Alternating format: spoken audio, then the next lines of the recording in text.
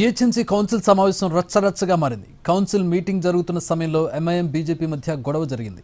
వందే మాత్రం జై జై హే తెలంగాణ గీతాలాపన సమయంలో ఎంఐఎం కార్పొరేటర్లు కూర్చున్నారు.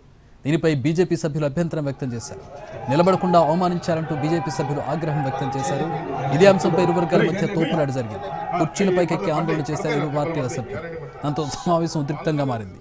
సభ్యులపై మేయర్ ఆగ్రహం వ్యక్తం చేశారు. మార్షల్స్తో బయటకు పంపుతానని చెప్పడంతో సద్దుమణియారు.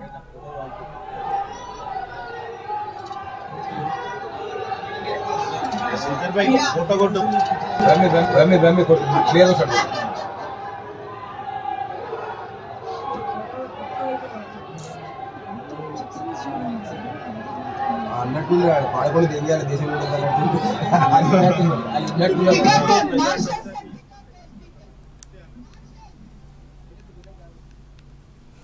జీహెచ్ఎంసీ కౌన్సిల్ సమావేశంలో జరిగిన రచ్చకు సంబంధించి పూర్తి వివరాలు మా ప్రతినిధి రాధిక అందిస్తారు. రాధిక, అసలు గొడవ ఏంటి, ప్రస్తుతం ఏంటి సిచ్యువేషన్?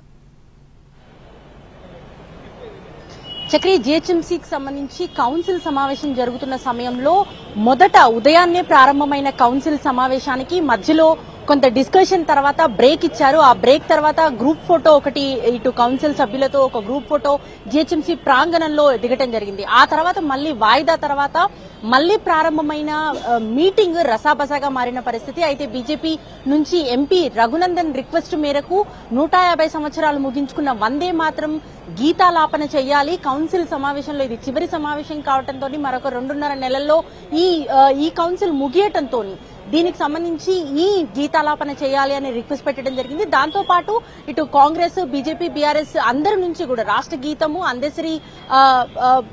అందశ్రీకి నివాళి అర్పించే విధంగా ఈ జయ జయ హే తెలంగాణ రాష్ట్ర పాటని కూడా గేయాన్ని కూడా పాడాలి అని చెప్పి రిక్వెస్ట్ రావడంతో ఈ 2 పాటల్ని కూడా మేయర్ అలౌ చేయడంతో వందే మాత్ర గేయాన్ని ప్రారంభించడం జరిగింది. అయితే ప్రారంభానికి ముందే ఎంఐఎం అడ్డు తగిలి వందే మాత్ర గీతాన్ని ఆలపించడానికి వీల్లేదు అని చెప్పి అడ్డు తగలటం జరిగింది. దీంతో ఆ రసాబసా అనేది మొదలైంది.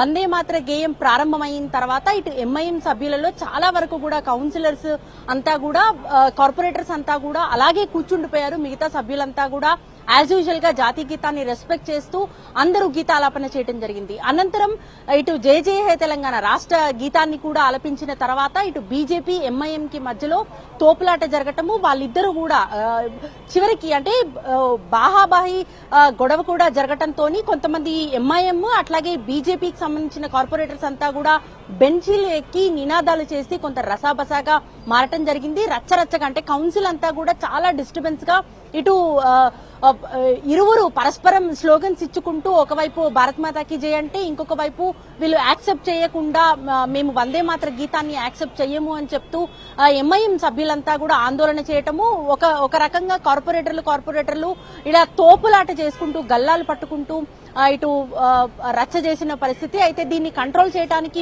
మేయర్ విజయలక్ష్మి ఎంతవరకు కంట్రోల్ చేయడానికి ప్రయత్నించినా ఒక రకంగా తాను చాలా సీరియస్ గానే చెప్పడం జరిగింది. మనమంతా కూడా భారతీయులము, ప్రతి ఒక్కరము జాతీయ గీతాన్ని రెస్పెక్ట్ చేయాలి, ఇటు రాష్ట్ర గీతాన్ని రెస్పెక్ట్ చేయాలి అని చెప్పి ఒకవైపు ఆమె చెప్తున్నప్పటికీ కూడా వీళ్ళు ఒకరికొకరు అంటే బీజేపీ, ఎంఐఎం కార్పొరేటర్స్ అంతా కూడా గల్లాలు పట్టుకుని ఇటు బాహాబాహి అయిన పరిస్థితి మనకి ఇక్కడ కౌన్సిల్లో జరగటం జరిగింది. అంతేకాదు ఇటు వీళ్ళ గొడవ జరుగుతున్న సమయంలోనే మార్షల్స్ ని కూడా పిలిచి ఇటు బయటికి ఎవరైతే బెంచీలు ఎక్కి అల్లరి చేస్తున్నారో, నినాదాలు చేస్తున్నారో వాళ్ళందరినీ కూడా బయటికి పంపించాల్సిందిగా మేయర్ మార్షల్స్ ని కూడా పిలవడం జరిగింది.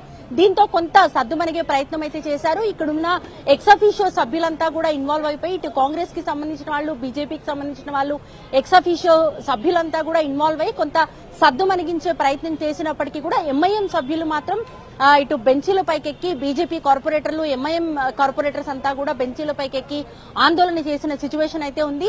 అయితే ముఖ్యంగా జీహెచ్ఎంసీ ఇది చివరి సమావేశంగా ఉంది. ప్రజా సమస్యలు ఎన్నో చర్చించాల్సిన అవసరం ఉంది. చాలా పెద్ద బుక్లెట్ ని కూడా ప్రిపేర్ చేయటము, ప్రశ్నోత్తరాలన్నీ కూడా చేయటం జరిగింది. అయినప్పటికీ కూడా ప్రజా సమస్యలన్నీ కూడా పక్కకు పెట్టి వాళ్ళు రచ్చ చేస్తూ కౌన్సిల్ అంతా కూడా డీవియేట్ చేసిన సిచ్యువేషన్ జీహెచ్ఎంసీ కౌన్సిల్ నెలకొంది. Chakri, all right, thanks for the updates Radhika.